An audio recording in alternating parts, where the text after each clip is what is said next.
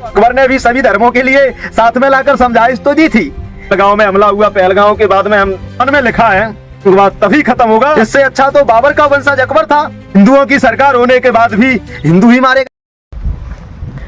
साथियों, मुझे बड़ा खेद है कि आतंकवादियों ने पहलगांव में हमला किया और जाति और धर्म पूछ करके हत्या की। साथियों, दुख भी है और सवाल भी है सरकार से कि हिंदू राष्ट्रपति और हिंदू प्रधानमंत्री और हिंदू रक्षा मंत्री और हिंदू ही गृह मंत्री और सब कुछ हमारे धर्म के हैं, फिर भी लोग हमारे धर्म के क्यों मारे जा रहे हैं, ये हमारा सरकार से सवाल है। दूसरी बात है कि जो भागीदारी की बात परम पूज्य बाबा साहब अम्बेडकर ने कही और भागीदारी के अनुसार हमारे व्यक्तियों को आरक्षण के अनुसार सदन में जाने का मौका मिला, सांसद विधायक बनने का मौका मिला और आरक्षण से परे होकर के जब बाबू जगजीवन राम को देश का रक्षा मंत्री बनने का सौभाग्य प्राप्त हुआ तो देश पाकिस्तान से युद्ध जीता था। आज कलंक और सवाल रक्षा मंत्री पर है। क्या रक्षा मंत्री आंख बंद करके सो रहे हैं जो आतंकवादियों का आज दिनांक तक पता नहीं लगा पाए? हम देश में आए दिन घटनाएं देखते, कहीं जाति के नाम पर घटनाएं हो रही तो कहीं धर्म के नाम पर। देश में हजारों वीडियो आ रहे हैं, कहीं दलितों के लिए घोड़े पे नहीं चढ़ने दिया जा रहा है। तो ये कैसी कानून व्यवस्था है? ये कानून व्यवस्था पर सवाल है, इस शासनकर्ताओं पर सवाल है, देश के विधायक और सांसदों पर सवाल है। आप कैसी व्यवस्था कायम कर रहे हैं? कैसी व्यवस्था को लागू कर रहे हैं आप? कैसी पुलिस प्रशासन की व्यवस्था कर रहे हैं आप? ये सवाल है मेरा। सम्मानित साथियों, जहां कभी किसी भी प्रकार की घटना कोई घटती है, छोटी से छोटी घटना, उसमें पुलिस प्रशासन का योगदान रहता है। पुलिस प्रशासन को पता रहता है। इसमें क्या कश्मीर का प्रशासन मिला हुआ था जिससे पहलगांव में इतनी बड़ी घटना घटी? हिंदुओं की सरकार होने के बाद भी हिंदू ही मारे गए, ये क्यों मारे जा रहे हैं? सवाल हमेशा शासनकर्ता पर होता है। इससे अच्छा तो बाबर का वंशज अकबर था।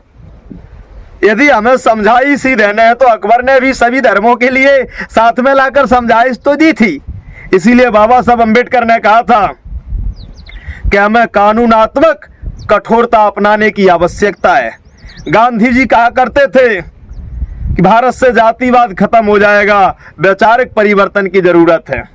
विचार परिवर्तन हो जाएंगे, व्यक्ति मानसिक परिवर्तन हो जाएगा और हमारा क्षेत्र का और देश का मामला है, इसीलिए व्यक्तियों के विचार परिवर्तन होगा, हृदय परिवर्तन होगा और जातिवाद खत्म हो जाएगा। तो बाबा साहब अम्बेडकर ने कहा था कि हृदय परिवर्तन से जातिवाद खत्म नहीं होगा। यदि जातिवाद खत्म होगा तो कानून व्यवस्था कठोर लागू करनी पड़ेगी, तब खत्म होगा। उसी प्रकार आतंकवाद समझाइश से खत्म नहीं होगा।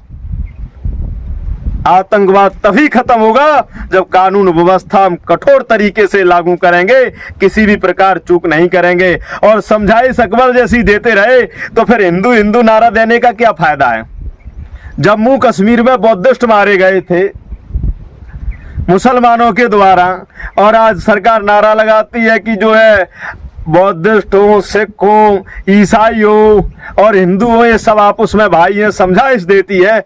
और मुसलमान आते हैं और अत्याचार कर जाते हैं। औरंगजेब ने अत्याचार किया भैया, वो तो इस्लामिक शासन काल थे और उनके कुरान में लिखा है कि जो कुरान के खिलाफ है वो काफिर है। तो भाई वो तो अपना काम कर रहे हैं, लेकिन तुम अपना काम क्यों नहीं कर रहे? तुम्हारे भी महापुरुषों ने कहा है कि कानून व्यवस्था कठोर होना चाहिए। और बाबा साहब अम्बेडकर एक नहीं कई धर्मों का अध्ययन किया था। जब बाबा साहब अम्बेडकर ने बुद्ध के सनातन और बौद्ध धर्म को स्वीकार किया था, इस्लाम वाले तो बहुत उनके लिए पैसा दे रहे थे, क्यों नहीं किया उन्होंने इस्लाम को स्वीकार? बाबा साहब अम्बेडकर ने लिखा है और हमने पढ़ा भी है कि इस्लाम में महिलाओं पर सबसे ज्यादा अत्याचार होता है और हिंदुओं पर भी अत्याचार कम नहीं है। महिलाओं पर और नीचे जाति के लोगों पर हिंदुओं में अत्याचार है। तो बाबा साहब अम्बेडकर ने क्यों कहा था महात्मा गांधी से बहस करते हुए? इसीलिए कहा था कि कठोर कानून व्यवस्था होगी तो कानून सुचारू रूप से लागू होगा तो देश में अमन और चैन रहेगा, और जब कानून सुचारू रूप से लागू नहीं होगा तो देश में अमन और चैन नहीं रहेगा। हत्याओं से कभी शांति नहीं आई। यदि हत्या से शांति आई होती तो अशोक सम्राट ने तो भारत पर विजय पा लिया था, विश्व पर विजय पा लिया था। अशोक सम्राट तो भाई विजेता बन गए थे, लेकिन जब शांति आई तो वैचारिक परिवर्तन से और कानून व्यवस्था सुचारू रूप करने से आई थी। उनने कानून व्यवस्था को सुधारा था, महात्मा बुद्ध की विचारधारा पर कानून व्यवस्था को सुधारा था। आज हिंदुओं का नारा लगाने वाली सरकार कहाँ सो रही है जो कानून व्यवस्था नहीं सुधार पा रही है।